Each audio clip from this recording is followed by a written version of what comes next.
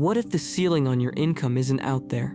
In the economy, in your industry, in your boss's decision, but in here?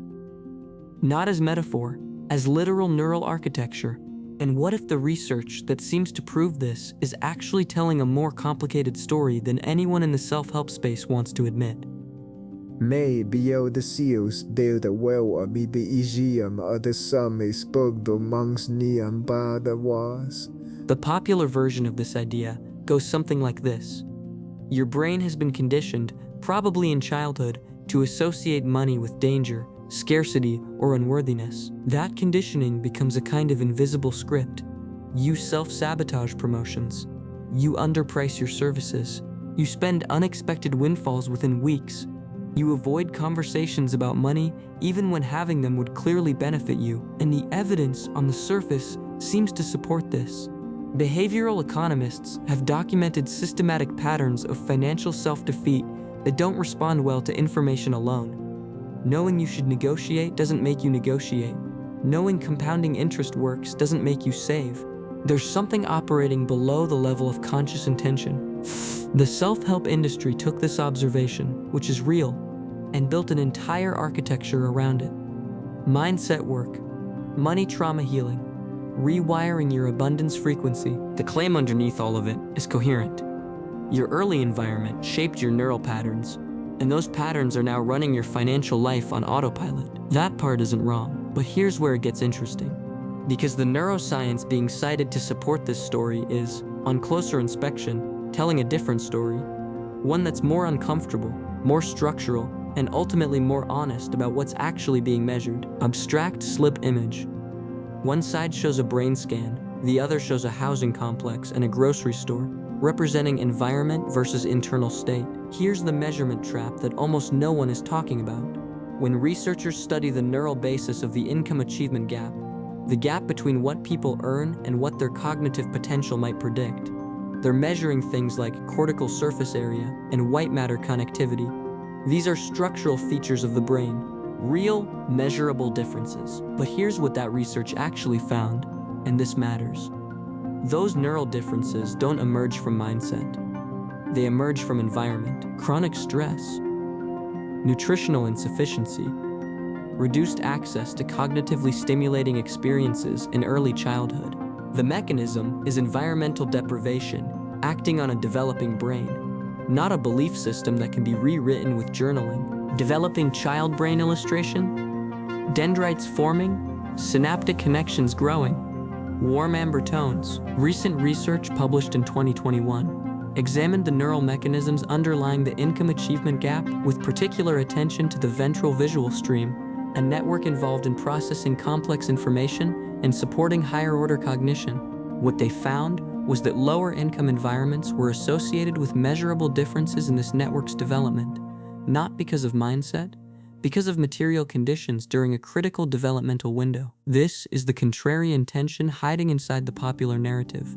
The self-help version says, your brain has been conditioned to cap your income and you can recondition it. The neuroscience version says, income shapes brains, not just the other way around. The causality runs in a direction that's much harder to sell. That doesn't mean internal patterns don't matter. They do. But it means that framing a structural problem as a psychological one, and then offering psychological solutions, may be quietly mislocating where the actual leverage is. Let's be precise about what the evidence does and doesn't establish. The 2021 research examining neural mechanisms and the income achievement gap used neuroimaging to look at cortical surface area and white matter connectivity in children and adolescents across income levels. The ventral visual stream, which supports object recognition, reading, and complex visual processing, showed meaningful variation correlated with income. Lower family income was associated with reduced development in regions that support exactly the kinds of cognitive skills that predict academic and eventually financial outcomes. This is not a small finding. It suggests that the income gap has a neural signature, that we can see its effects in the brain's physical structure. But here is what it does not prove. It does not prove that adults with these early life profiles are neurologically locked into lower earning. The brain retains plasticity, environments change, and critically, the study is measuring correlation, not destiny. Macro photograph of a neural network, nodes and pathways. soft light, open and branching, suggesting possibility rather than constraint. It also does not prove that mindset work is the primary intervention. In fact, one honest reading of this data points towards something the self-help industry rarely emphasizes: that material conditions, housing stability, nutritional access, chronic stress load, are upstream of the neural patterns that then influence behavior. Address the material conditions, and you may be doing more neural work than any amount of mindset coaching. Here's where an anthropological lens becomes useful. No culture in history formally prepared people for the transition into financial adulthood. There was no ritual, no initiation, no map handed down for navigating compound interest, salary negotiation, or investment risk. We inherited enormously complex financial systems, and we inherited them without ceremony or instruction.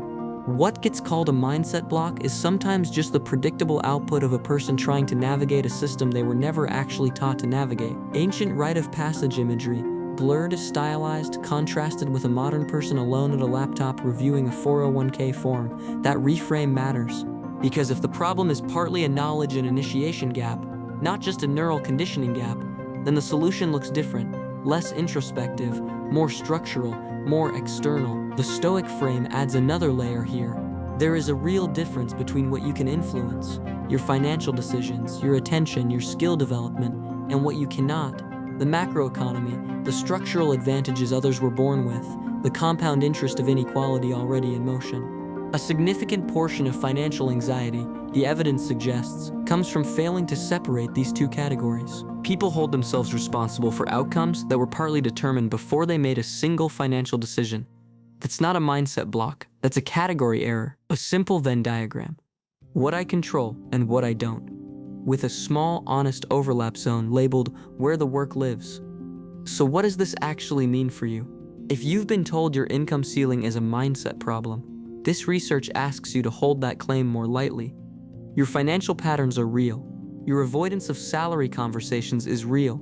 Your tendency to spend down savings before they accumulate is real. But the explanation for those patterns may not be as interior as you've been led to believe. Your early environment, its stress level, its material stability, its exposure to complex language and cognitive stimulation left a physical mark on your neural development. That's not a character flaw. It's not a trauma wound waiting to be healed by the right journal prompt. It's a structural input that produced a structural output, produced a structural output. This should change how you evaluate financial advice. Advice that begins and ends with mindset, with visualization, with affirmations, with abundance thinking, may be genuinely insufficient for the scale of the problem it's claiming to address. Not because those practices do nothing. Some of them may support stress regulation, which is real and valuable, but they are not addressing the upstream variables, what might actually move the needle, reducing your chronic stress load in concrete, material ways. Building financial literacy as a skill, not a spiritual practice. Recognizing that the category of things you actually control is narrower than you've been told, and working precisely within that category rather than anxiously over-managing what you don't control. You are not broken. You are operating with a brain that was shaped by conditions you didn't choose. That's worth sitting with before you buy another course on reprogramming your money mindset. Here's the tension I haven't resolved. The structural story, income shapes brains, not just the reverse, is probably more accurate than the mindset story.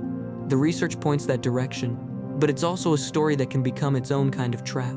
If your neural architecture was shaped by early deprivation and structural change is slow, then what? Do you wait for systemic reform? That's not a useful answer either. So there's a version of the mindset work that may still matter, not because it rewires your neural patterns in any deep sense, but because it helps you act within the constraints you actually have. Small, concrete, financially grounded actions. Not transcendence, just function. Maybe the honest position is this: the ceiling is partly yours to move, and partly not. Knowing which part is which, that might be the beginning of something real. The research behind this video draws from developmental cognitive neuroscience. Every claim traces to a published source.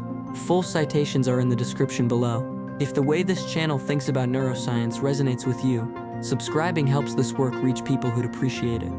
New videos on the science of mind every week.